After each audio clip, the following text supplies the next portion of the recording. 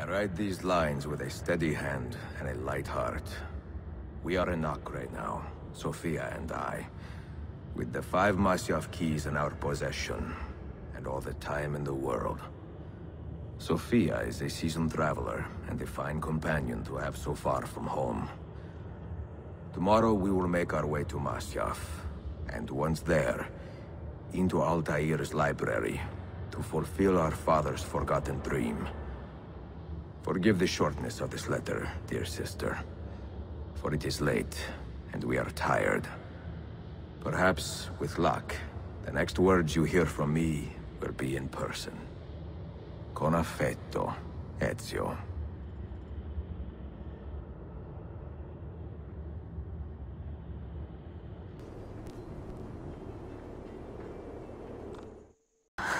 Such a climb. È così bello qui. This is where your order began? It began thousands of years ago, but here it was reborn. By the man you mentioned, Altair? Altair ibn La'ahad. He built us up and set us free. He saw the folly of keeping a castle like this. It had become a symbol of arrogance and a beacon for all our enemies. And the mandate for menacing hoods? Was that his idea as well? You mentioned a creed before. What is it? Nothing is true. Everything is permitted. That is rather cynical. It would be if it were doctrine, but it is merely an observation of the nature of reality. To say that nothing is true is to realize that the foundations of society are fragile, and that we must be the shepherds of our own civilization. To say that everything is permitted is to understand that we are the architects of our actions, and that we must live with their consequences, whether glorious or tragic. Do you regret your decision to live as an assassin for so long? I do not remember making that decision. This life, it chose me.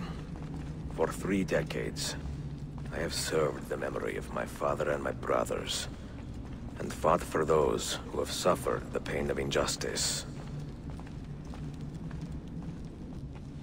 I do not regret those years, but it is time to live for myself, and let them go. To let go of all of this. Then let go. You will not fall far.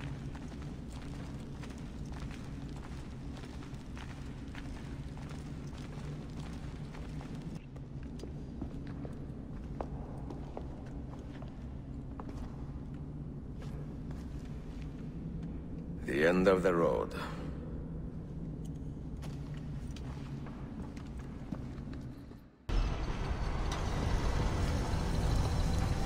You had better come out of there alive. I plan to.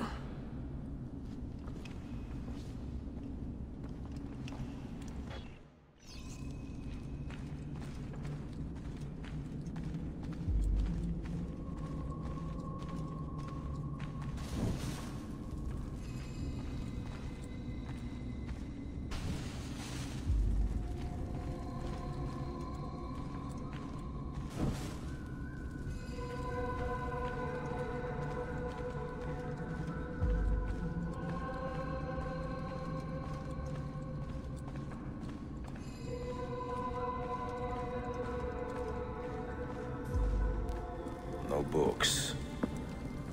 No wisdom.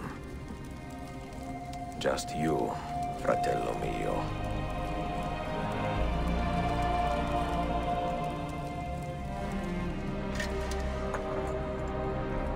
Requiescat in pace, Altair.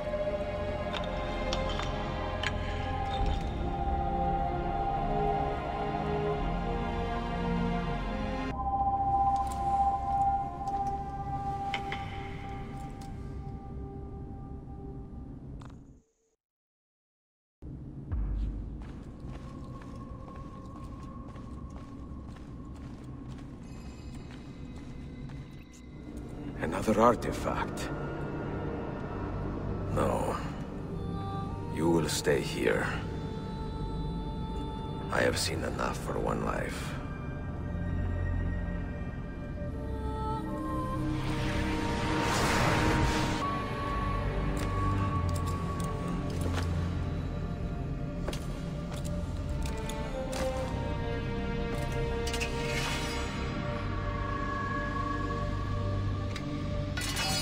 I have lived my life as best I could, not knowing its purpose, but drawn forward like a moth to a distant moon. And here at last, I discover a strange truth. That I am only a conduit for a message that eludes my understanding. Who are we, who have been so blessed, to share our stories like this? To speak across centuries? Maybe you will answer all the questions I have asked. Maybe you will be the one to make all this suffering worth something in the end.